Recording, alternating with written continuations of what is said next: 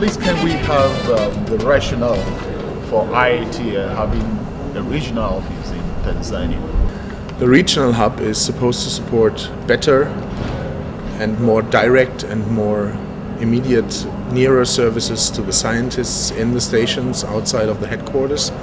We will have a regional administration, regional communication, but also regional IT services and accounting services, for example, in the regional hub.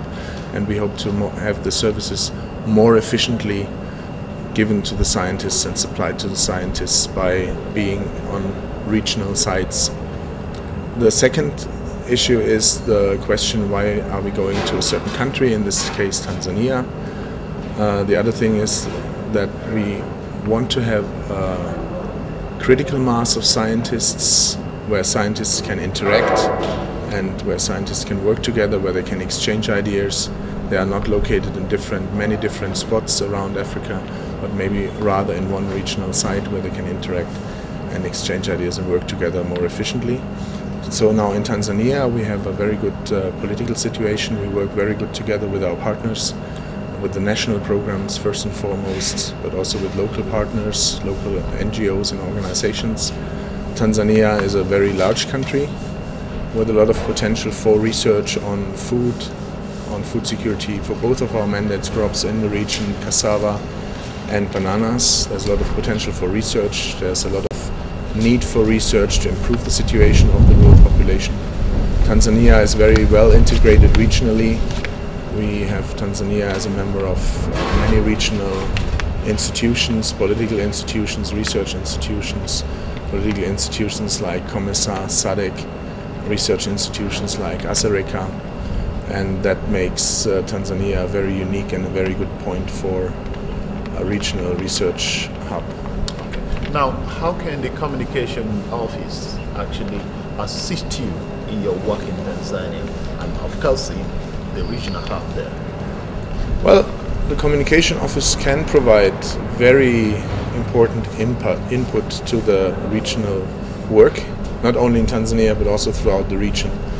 We will have a regional communication officer in Tanzania, and we will have this regional communications officer work on issues like presentations to donors, to partners, communicating our research results, interacting with stakeholders of all kinds, and providing editing and reviewing services for our publications, for example, so that we have a better made up communication to the outside, especially in terms of publications, but also in terms of written and spoken and oral communication, visual communication, for example. And we really hope to increase our visibility and our profile towards all of our partners and stakeholders by communicating better on a regional scale. Now, when you talk about research presentations, what specifically are you talking about, or what are you looking at? What R4D research do you aim to really go into in the shortest possible time in that hub? We have two mandate crops which we are focusing on at the moment in the region, which is cassava and bananas. We are focusing on the mandate crops of bananas, especially in the highlands, but we are also moving towards the coastal regions. We are looking at the diversification of the banana breeding program from the more highland-oriented sites, which will be maintained and which will stay there, but into the more coastal regions. And for example, we think that there's a huge diversity of bananas in Tanzania, which we can exploit for our breeding programs to extend it further east and further south. We have many cassava initiatives going on in the region. We have many threats to cassava diseases, especially cassava mosaic disease and cassava brown streak disease. And we are running a regional breeding program out of Tanzania. We are having major projects in East Africa, like the GLCI, the Great Lakes Cassava Initiatives, funded by the Bill and Melinda Gates Foundation, and now the Unleashing the Power of Cassava in Africa, funded by USAID, where we will not only do research, or where maybe we'll rather do less research, but also work with development partners to bring our technologies from the shelf to the farmer.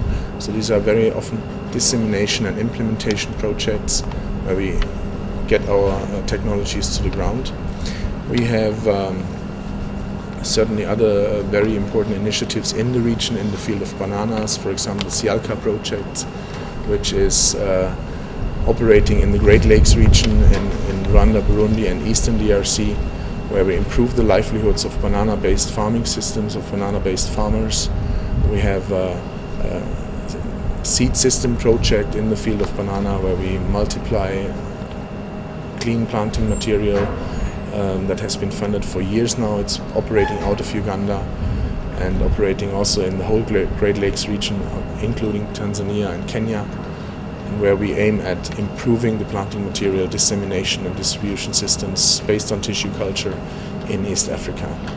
Okay, now Doctor, when you talk about cassava brown streak, can we have a kind of a feel of the impact of this disease in that region, in terms of maybe the number of households that it's affecting, and the impact or the devastation this is going to have on resource poor farmers if care is not taken? Cassava brown streak disease has originated from the coastal areas of East Africa and has had always an impact on these coastal areas in terms of yield.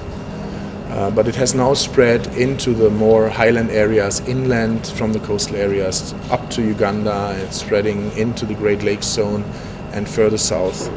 Now the impact of this are in the first place yield losses up to 50, 60, 80% on the farmers' fields. And that translates into tens and tens of millions of dollars. That translates into tens of millions of dollars of losses on a national scale per annum.